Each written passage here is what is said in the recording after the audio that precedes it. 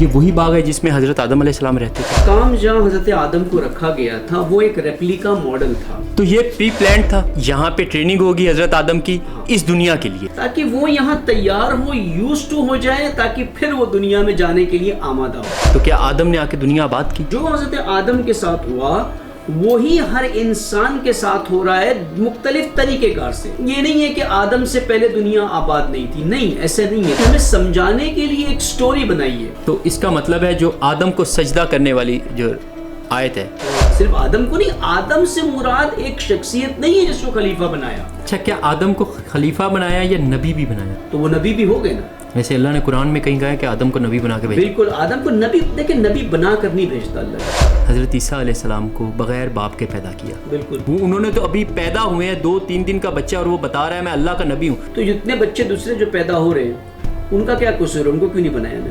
نہیں، کیا انسان محنت سے معجزات بھی لے سکتا ہے؟ ایسے نہیں ہوتا ہے کام جیسے ہم نے تصور کیا. اچھا، جنت روح کے لیے یا جسم کے لیے؟ جسم کی کوئی جنت، جسم ختم ہو گئی یہاں پہ، جسم گل سڑ گیا، فنش ہو گیا. تو پھر جنت آپ کو باغ نظر آئے گی، پھل نظر آئیں گے، ہورے نظر آئیں گی، یہ ساری چیزیں نظر. وہاں پہ نہیں، نوجوان لڑکے رکھے گئے ہیں، شراب رکھی گئی ہے. یہی غلط تصور ہے. یہ داستانیں تو ہم نے بنائی ہے نا ساری.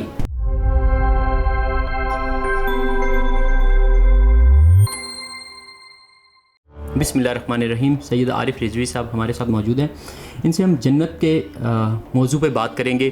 عارف صاحب، میرا آپ سے پہلا سوال یہ ہے کہ اللہ تبارک و تعالیٰ نے جب انسان کی ہدایت کا ذکر کیا، اس کی ہدایت کی، ساتھ ہی قرآن میں ان کو انعام کے طور پہ جنت کا ذکر ساتھ میں کیا، اور ڈرایا بھی، دوزخ کا ذکر بھی کیا. تقریباً 147 بار قرآن میں جنت کا ذکر کیا گیا. تو جنت اتنی اہم چیز ہے جہاں ہدایت ہوتی ہے، جہاں ڈرایا جاتا ہے، ساتھ ہی جنت کا ذکر کیا جاتا ہے. تو جنت کے لغوی معنی کیا ہیں؟ جنت کے لغوی معنی میں اگر ہم چاہتے ہیں تو لغوی معنی اس کا جو اس خاندان سے عربی لفظ سے، یعنی وہ جنانہ اور جنین، جن، یہ سب اسی خاندان کے لفظ ہے، جس کا لغوی بنیادی معنی ہوتا ہے کسی چیز کا پنہا ہونا، چھپا ہوا ہونا، نظر نہیں آنا. جیسے ایک بچہ ہوتا ہے، فیٹس جسے ہوتا ہے ماں کی کوکھ میں جو ہوتا ہے رحم میں، اس کو بھی جنان کہتے ہیں، جنین کہتے ہیں. جنین یعنی وہ نظر نہیں آتا، پنہا ہے، چھپا ہوا ہے. اسی طرح سے جنت کو باغ بھی کہتے ہیں. باغ اس لیے کہتے ہیں، باغ ہر باغ کو جنہ نہیں کہتے ہیں، اس باغ کو جس کے اندر اتنے بڑے بڑے درخت ہوتے ہیں کہ وہاں پر زمین نظر نہیں آتی ہے. اسی لیے اس کو جنت کا ایک مصداق یا ایک معنی باغ بھی ہے. تو اکثر جب قرآن میں جنت کا ذکر آتا ہے تو ہم اس کو باغ سے ہی تشبیہ دیتے ہیں کہ وہ باغ ہے، لیکن وہ اس طرح کا باغ نہیں ہے. لغت میں چلے جائیں تو قرآن یہی کہہ رہا ہے کہ ایک چیز جو پنہا ہم نے رکھی ہے، اس کے اندر آپ کے لیے یہ نعمتیں رکھی ہیں. تو یہ لغوی معنی تو اس کے بڑے آسان ہیں سمجھنے کے لیے، لیکن ہم کیونکہ مادی دنیا میں رہتے ہیں، ہم ہر چیز کو مادی دنیا سے ہی تشبیہ دیتے ہیں، اور اللہ تعالیٰ نے بھی یہی کیا ہے. اگر اس عالم کی بات اسی عالم کی زبان میں سمجھائی جائے تو شاید کسی کو سمجھ میں نہیں آئے گی. اسی لیے اسے ہمارے عالم میں لا کر سمجھایا گیا ہے قرآن میں، اس کی تشبیہات، تاکہ ہم اس کو ویژلائز کر سکیں، ورنہ ہم ویژلائز نہیں کر سکتے چیزوں کو. جس طرح سے ایک چھوٹا بچہ ہوتا ہے نا، ایک چھوٹے بچے کو آپ کو کانسیپٹ سمجھانے بڑے بڑے تو نہیں سمجھا سکتے ہیں، اس کو اس کے لیول پر آ کر کے سمجھانا ہوتا ہے جو بات وہ سمجھ سکتا ہے. تو یہی ہے کہ اصل معنی مفہوم کچھ اور ہے، لیکن اس کا مصداق جو قرآن نے جس طرح سے پیش کیا ہے وہ یہ ہے اس کا کہ جنت یعنی ایک باغ، وہ باغ جو پنہا ہے، جس میں چیزیں جو آپ کو نظر نہیں آتی ہے. اچھا، میں اگلے سوال سے جانے سے پہلے یہ سوال آپ سے کرنا چاہوں گا کہ باغ اگر اس سے مراد ہے تو کیا یہ باغ یہ وہی باغ ہے جس میں حضرت آدم علیہ السلام رہتے تھے؟ نہیں، اب یہ دوسرا داستان ہے کمپلیٹلی کہ حضرت آدم علیہ السلام کو جس باغ، کیونکہ جنت دیکھیں اگر باغ کہے تو باغ کئی طرح کے ہوتے ہیں. وہ جہاں پہ حضرت آدم علیہ السلام کو رکھا، یہ وہ ابدی جنت نہیں تھی جہاں پہ انسان کو جانا ہے، یہ ٹرانزٹ جنت تھی، ایک ٹرانزٹ باغ تھا. اگر اس داستان میں جائیں تو وہ مقام جہاں حضرت آدم کو رکھا گیا تھا وہ ایک ریپلیکا ماڈل تھا دنیا کا، جنت کا نہیں، دنیا کا ماڈل تھا، لیکن ایک آئیڈیل ماڈل تھا. مثال دنیا میں سختیاں ہیں، ہر چیز آپ کو ڈھونڈنی ہے، مثال پانی انسان کو ڈھونڈنا پڑتا ہے، کہاں ملے گا. آج آسانی سے ملتا ہے، پہلے تو نہیں تھا اس طرح سے.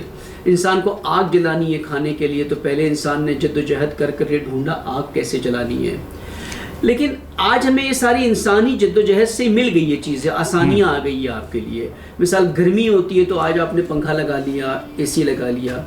لیکن ایک آئیڈیل دنیا اگر آپ دیکھیں جس میں کوئی مشقت نہ ہو، جس میں کوئی سختی نہ ہو، اس طرح کی دنیا کا ایک ماڈل جو ہے حضرت آدم کو دیا گیا اور اس میں رکھا گیا تاکہ ان کی ٹریننگ ہو، یوز ٹو ہو جائے یہاں جانے کے لیے. میں اس کی مثال دوں ایک. اچھا میں یہاں پہ آپ کو روکوں گا. تو یہ پری پلانڈ تھا؟ ہاں یہ پری پلانڈ تھا کہ یہاں پہ ٹریننگ ہوگی حضرت آدم کی اس دنیا کے لیے. اس دنیا کے لیے ٹریننگ ہوگی. جی پلیز کنٹینیو. اب یہاں پہ جو میں بات کر رہا تھا، مثال دے رہا تھا، اس کی مثال مادی دنیا میں آ جائے. مادی دنیا میں بھی کئی طرح کی دنیا ہے. مثال ایک پانی کی دنیا ہے، انڈر واٹر ورلڈ ہے. ایک دنیا اسپیس کی دنیا ہے جو اس دنیا سے باہر ہے. مثال انسان پانی کی دنیا کے اندر ایسے ہی نہیں جا سکتا، وہ مر جائے گا. اسپیس میں بھی جائے گا، فوراً مر جائے گا. لیکن لوگ اسپیس میں جاتے ہیں. کیسے جاتے ہیں لوگ اسپیس میں؟ اس کا اہتمام کر کے، اس کے خصوصی ڈریس اور جو وہاں کا ویدر ہے، ایٹماسفیئر ہے، اس کو سمجھ کے. اس کے جانے سے کئی سال تک کے ایسٹروناٹ کو ٹریننگ دی جاتی ہے. کیسے ٹریننگ دی جاتی ہے؟ ان کے لیے ایک اسپیس روم بنایا جاتا ہے جس میں ایئر نہیں ہوتی ہے، جس میں ویکیوم ہوتا ہے. وہی چیزیں ہوتی ہیں، وہی گیسز ہوتے ہیں، وہی چیزیں ہوتی ہیں.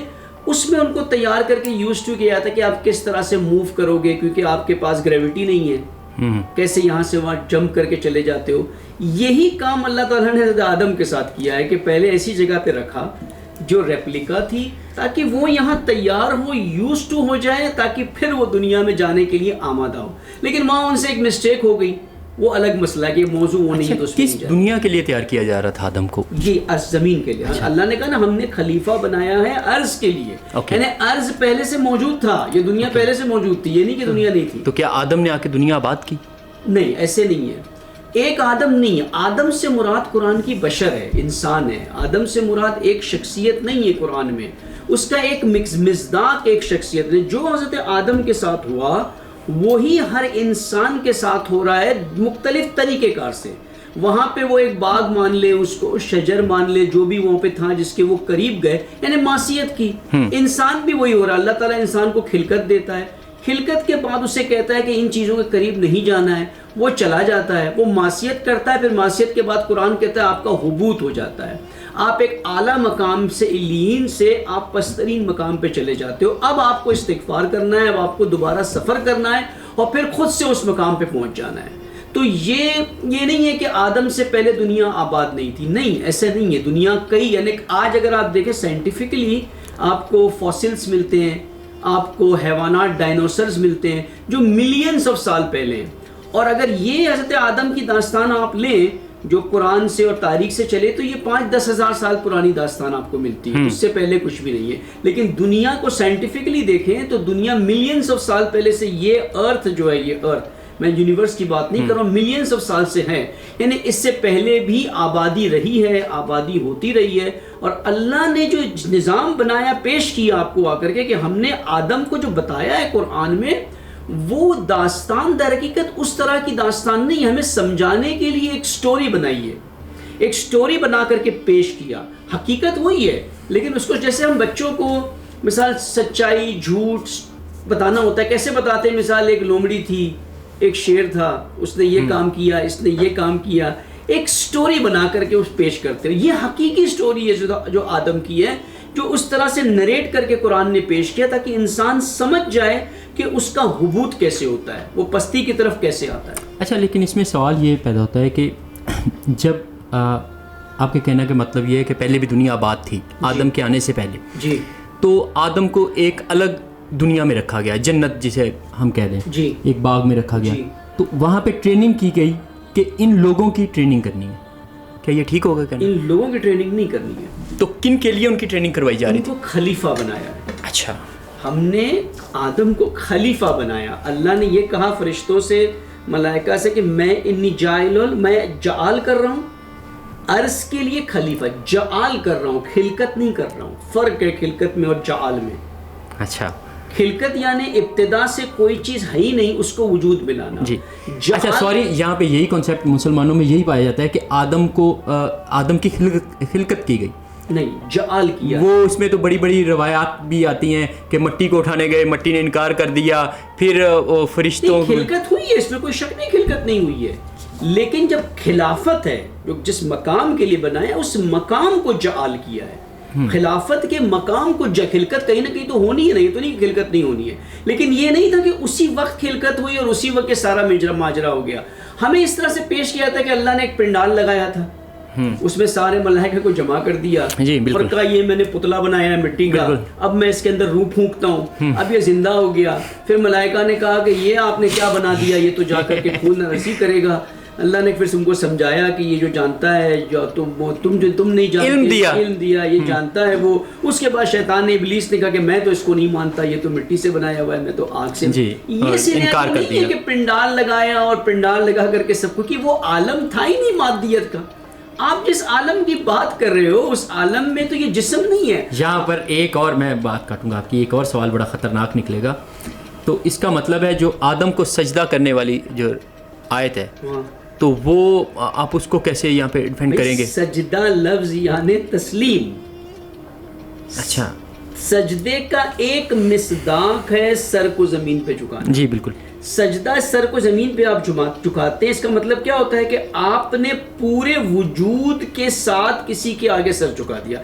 سر انسان کی سب سے بڑی اہمیت رکھتا ہے، راس ہے، اس کا سر ہے، اس کی آئیڈینٹی ہے، شناخت ہے، اس کی سر سے پہچان ہے. سر کے بنا جسم نہیں پہچانا جاتا. جب اس نے اپنی پیشانی، اپنا سر نیچے رکھا، اس کا مطلب اس نے تسلیم کر لیا ہے کسی کو پوری طرح سے 100%. اب ضروری نہیں کہ تسلیم وہ اسی طریقے سے کرے، وہ کسی اور طریقے سے بھی تسلیم کر سکتا ہے.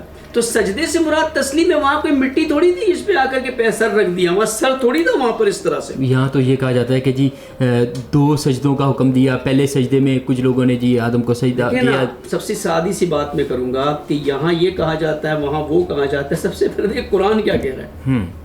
قرآن نے کہیں کہا ہے کہ ہم نے 2 سجدے کا حکم دیا، پہلا نہیں کیا، دوسرا کیا، پھر ایسا ہوا، پھر ویسا ہوا. یہ داستانیں تو ہم نے بنائی ہے نا، ساری ہم نے سنائی ہے. اصل قرآن نے جو داستان بتائی ہے اسی کو فالو کر کے پہنچے نا. آپ کہاں پہنچتے ہیں؟ قرآن کس طرف آپ کو لے کر کے جا رہا ہے؟ قرآن پہلے بتاتا ہے سورہ مومنین کے اندر کہ بھئی آپ کو قد افلح المومن، کے مومن کی فلاح کامیابی کن چیزوں میں. اس کے بعد آ کر کے آدم کی خلقت کا ذکر شروع کر دیتا ہے کہ یہ مومن ہے، اسے یہاں پہنچنا ہے اور یہ اس کا سفر یہاں سے شروع ہوتا ہے. تو ہمارا تو کانسیپٹ ڈیفرنٹ ہے نا. ہم نے تو دین وہاں سے نہیں لیا جہاں سے لینا ہے ہم نے. اچھا، ہماری بات وہاں چل رہی تھی کہ آدم کو خلیفہ بنایا. تو اچھا، ان لوگوں کے لیے خلیفہ بنایا جو پہلے موجود تھے یا ایک نئی نسل کے لیے موجود تھے اور جو آنے والی نسلیں بھی تھیں؟ اچھا، جو پہلے موجود تھے.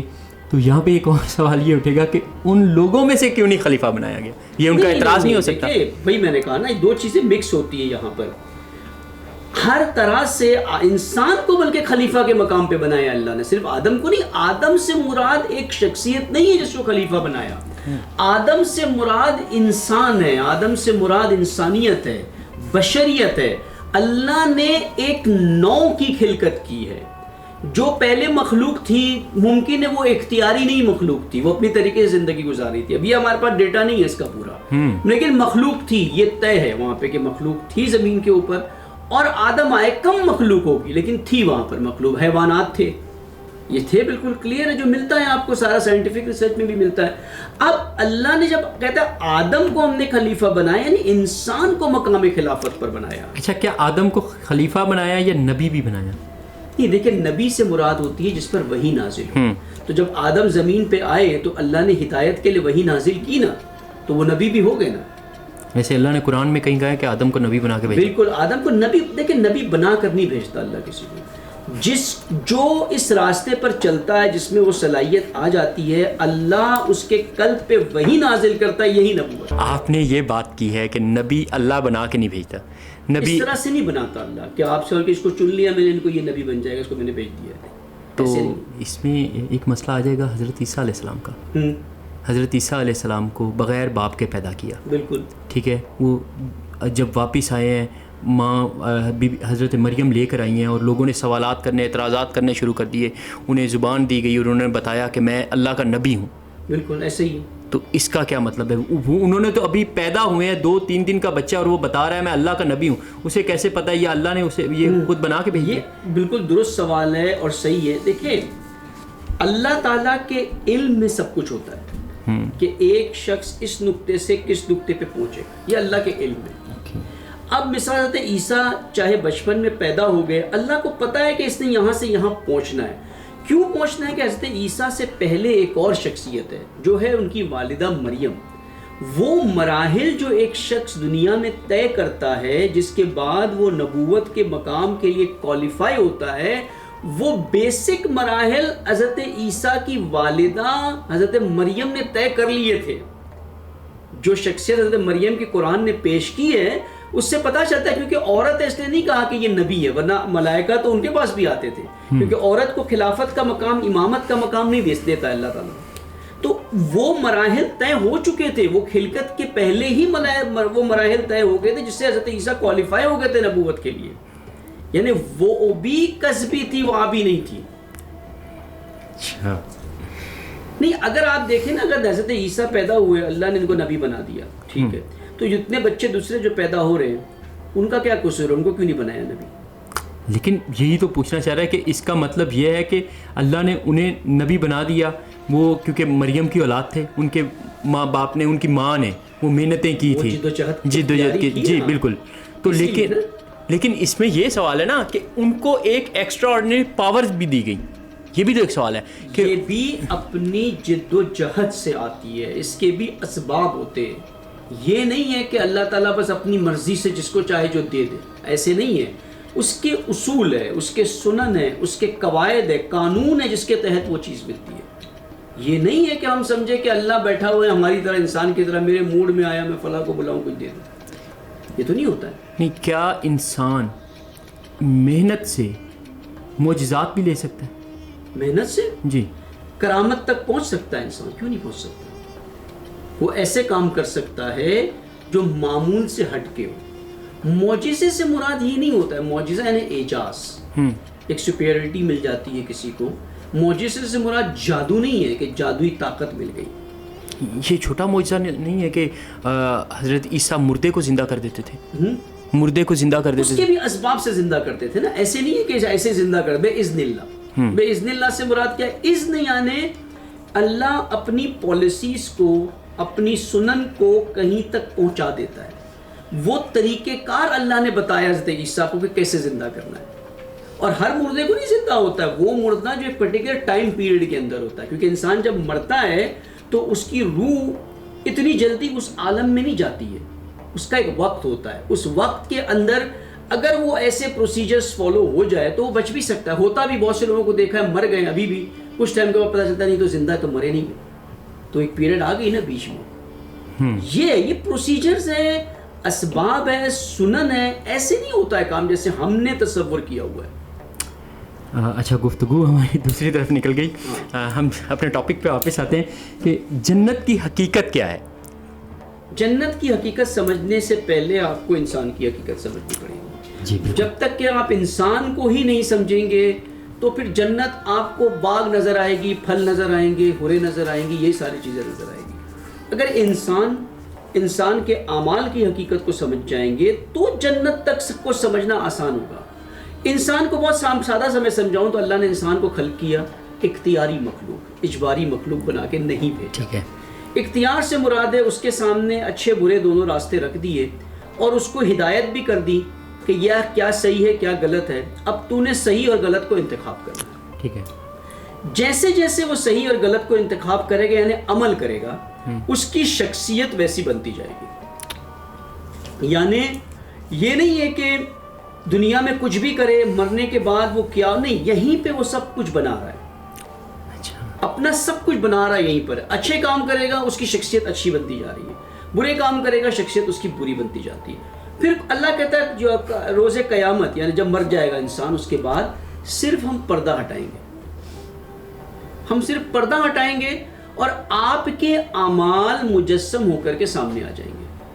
آپ کی شخصیت یہ نہیں ہوگی اس دن، جو آپ کے اعمال سورہ رحمان میں اللہ فرماتے ہیں ویسا فیس آپ کا. جی سورہ رحمان میں اللہ فرماتے ہیں کہ پھول کی طرح آسمان پھٹ جائے گا، پردہ ہٹ جائے گا, پردہ ہٹے گا, بس یوم تبلی السرا, پردہ ہٹے گا اس دن, پردہ ہٹے گا, تمہیں اپنی حقیقت پتہ چل جائے گی کہ تم نے کیا بنایا ہے. ٹھیک ہے. اب یہاں سوال ہے کہ جو انسان اس دنیا میں ہے یہ مادی دنیا ہے, انسان کا جسم ہے, انسان کی روح ہے, عمل کا اثر اس کی روح پہ ہوتا ہے, جسم پہ بھی کچھ اثر ہوتا ہے لیکن مین روح پہ ہوتا ہے. اب اس کی روح بن رہی ہے. اچھا, مثال میں دوں سمپل, آپ کہتے ہیں کہ ایک شخص ہے بڑا ہی ایماندار ہے, وہ ایماندار بھی ہے, اس کے اندر صداقت بھی ہے, اس کے اندر شجاعت بھی ہے. تو یہ صفات جو ہے ایمانداری, شجاعت, صداقت, یہ سچائی, یہ کہاں ہے, یہ کیسے آپ اس کو مجسم کریں گے؟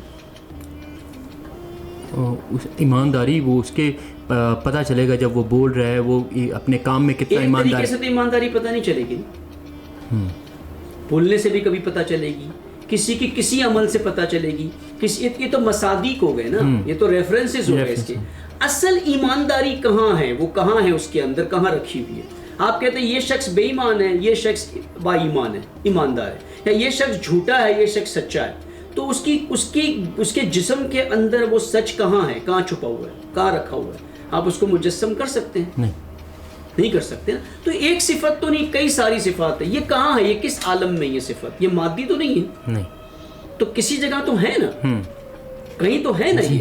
یہ دوسرے عالم کی ہے, یہی شخصیت ہے انسان کی. یہ اس عالم میں, جب میں آپ کو مثال اور سادہ کر دوں, انسان پیدا ہوتا ہے, جی جی, اب جب رحم مادر میں ہوتا ہے, کیا آپ کو یاد ہے آپ کے پیدا ہونے سے پہلے آپ کیا تھے وہاں؟ نہیں, بالکل نہیں یاد, کچھ بھی نہیں یاد ہے آپ, کچھ بھی نہیں یاد ہے. لیکن ایک عالم تھا, وہ ایک عالم تھا وہ, جس میں تاریکی تھی, تنہائی تھی, آپ کو غذا بھی مل رہی تھی. لیکن اس عالم میں بھی جو عمل ماں کرتی تھی اس کا اثر آپ پہ ہوتا ہے. یہ سائنٹیفکلی بھی پروون ہے. جی بالکل, بالکل پروون ہے. اب جب بچہ دنیا میں آتا ہے, لیکن میں اس سے پیچھے جائیں, عالم ارواح بھی تو ہے. نہیں, عالم ارواح میں نہ جائیں ابھی آپ. عالم ارواح وہی خلقت ہے, وہ سلالہ ہے, اور کچھ نہیں ہے. یہ نہیں ہے کہ ہر انسان کی روح کہیں بھٹک رہی تھی, اللہ نے اس کو اٹھا کر کے ڈال دیا, نہیں ہے اس طرح سے نا. وہ روح کا عالم یہی عالم ملکوت ہے, جہاں پر انسان کی فطرت تھی. اللہ نے فطرت کو خلق کیا ہے, وہ کامن فطرت ہے, وہ سب کی ایک جیسی فطرت ہے. یہ نہیں کہ مجھے ایک الگ فطرت سے خلق کر کے ایک جگہ رکھ دیا, آپ کو ایک الگ فطرت سے خلق کر کے, نہیں, فطرت ایک جیسی ہے. وہ عالم ارواح جس کو کہتے ہیں وہ ہے عالم ملکوت ہے, عالم ملکوت. اس ملکوت کے عالم میں اب جب آپ بچہ جو پیدا ہوتا ہے اس کے اندر یہ صفات آ گئی ہے ساری جو ماں نے کسب کیا ہے. جی, اب یہ صفات اس کی ظاہر ہو رہی ہے نا وہ کسی شکل کے اندر, اس کے عمل میں. اسی طرح سے اس دنیا میں جب وہ کوئی کام کر رہا ہے تو یہ صفات اس کے اندر اب اپنے عمل سے آ رہی ہے. پہلے ماں باپ کے عمل سے آ رہی تھی, اب اس کے اپنے عمل سے آ رہی ہے. تو یہ صفات جب مرے گا تو اگلے جہان میں جائے گا تو وہاں یہ ظاہر ہو جائے گی, یہ صفت, یہی مجسمہ بنے گا. اب یہ مجسمہ کہاں رہے گا, اس کا مقام کہاں ہے؟ جس جگہ پہ اللہ اسے رکھے گا, یا وہ جنت ہے یا وہ جہنم ہے. لیکن نہیں, اس میں تو ایک پورا عالم ہے آگے, اس کے بعد پھر ایک عالم ہے. یہ تو سلسلہ یہیں پہ ختم نہیں ہو جائے گا, یا اگلے عالم میں ختم تو نہیں ہو جائے گا؟ ختم نہیں ہوگا, کیونکہ انسان جو ہے وہ مسلسل کمال تک جا رہا ہے. وہ کمال, کیونکہ کمال کا سورس لامحدود ہے, اس لیے اس کو ہم دی اینڈ نہیں کر سکتے کہیں پر بھی. اچھا, تو اس کی منزل کیا ہے؟ منزل لقاء ہے. اللہ تعالیٰ کی ذات کے ساری صفات جو انسان میں اچھی آتی, کہاں سے آتی ہے؟ یہ سورس اس کی ذات خدا ہے. ذات خدا کے اندر یہ صفات موجود ہے, وہ ایکسٹریم پر ہے. مثال ایک سورج ہے, آگ ہے, اس میں روشنی ہے. آپ کے پاس ایک موم بتی ہے, وہ بھی روشنی ہے. آپ کے پاس ایک لیمپ ہے, وہ بھی روشنی ہے. دونوں کا اثر ایک جیسا ہے, لیکن اس کی جو شدت ہے, انٹینسٹی ہے, اس میں زمین و آسمان کا فرق ہے. آپ کہیں نہیں مجھے اس کی انٹینسٹی کو بڑھانا ہے, 10 واٹ سے جگہ 25 واٹ کر دیا, 100 واٹ کر دیا, 1000 واٹ کر دیا, 10,000 واٹ, آپ بڑھاتے جائیں, لیکن وہ بہت آگے ہے آپ سے, اس لیے آپ کو بڑھاتے رہنا پڑے گا, بڑھاتے رہنا پڑے گا, بڑھاتے رہنا پڑے گا. اور یہی عالم ملکوت کے اندر وہ سفر اس کا جاری رہے گا یہاں پر. اب اس کے آگے کیا ہوگا, کیا اللہ اسے کسی اور دنیا میں بھیج دے گا, یہ نہیں بتایا. جو چیز اللہ تعالیٰ نے نہیں بتائی ہے ہمیں اس میں جانے کی بھی ضرورت نہیں ہے. جو دروازے بند کیے اسے کھولنے کی ہمیں اجازت نہیں دی. اللہ نے کہا ٹھیک ہے, یہ ہے آپ کے لیے, آپ کمال تک پہنچو, دنیا میں جہاں تک کمال تک پہنچتے کمال تک پہنچو. آپ کو میں نے اس جنان میں رکھنا ہے, اس جنت میں رکھنا ہے جو پنہا ہے آپ سے. اچھا, جنت روح کے لیے یا جسم کے لیے؟ جسم کی کوئی جنت، جسم ختم ہو گئی یہاں پہ، جسم گل سڑ گیا، فنش ہو گیا، جسم کی کوئی حقیقت اس دنیا سے باہر نہیں رہتی ہے۔ تو پھر یہ جو اس کے لیے تو پھر بڑا مشکل ہے، ہمیں روح کی فطرت کو سمجھنا ہوگا پہلے۔ اگر وہ فطرت وہی ہے، فطرت سے ہی روح ہے۔ تو پھر یہ جو ہمارے جو ہم خواہشات ہیں یہ روح میں ہے یا جسم کی ہے؟ خواہشات ملکہ ہے جو روح کا ہے، اچھا، تو لیکن تسکین جسم کے ذریعے ہوتی ہے اس کی۔ آپ مثال زبان پہ ایک چیز رکھتے ہیں، آپ کو مزہ آتا ہے، وہ مزہ کہاں ملتا ہے آپ کو؟ زبان کو ملتا ہے یا آپ کی روح کو ملتا ہے؟ روح کو ملتا ہے نا، کہ زبان کو آپ سن کر دیں گے تو مزہ آپ کو محسوس ہی نہیں ہوگا، وہی چیز زبان پہ لگ رہی ہے۔ تو جتنی لذتیں ہیں وہ روح کو جاتی ہے، خواہشات بھی اندر سے ہی اٹھتی ہے انسان کے۔ لیکن ایک حدیث ہے کہ جنت میں خواہشات کو ختم کر دیا جائے گا، جنت میں کوئی خواہشات نہیں ہوگی۔ تو پھر وہاں پہ انسان خواہشات والی چیزیں کیوں رکھی گئی ہیں؟ پھل رکھے گئے، حوریں رکھی گئی ہیں، وہاں پہ نوجوان لڑکے رکھے گئے ہیں، شراب رکھی گئی ہے۔ یہی غلط تصور ہے، یہی غلط تصور ہے ہمارا، یہ بہت مشکل ہو جائے گا، اس کو ہم بعد میں کنٹینیو کریں گے۔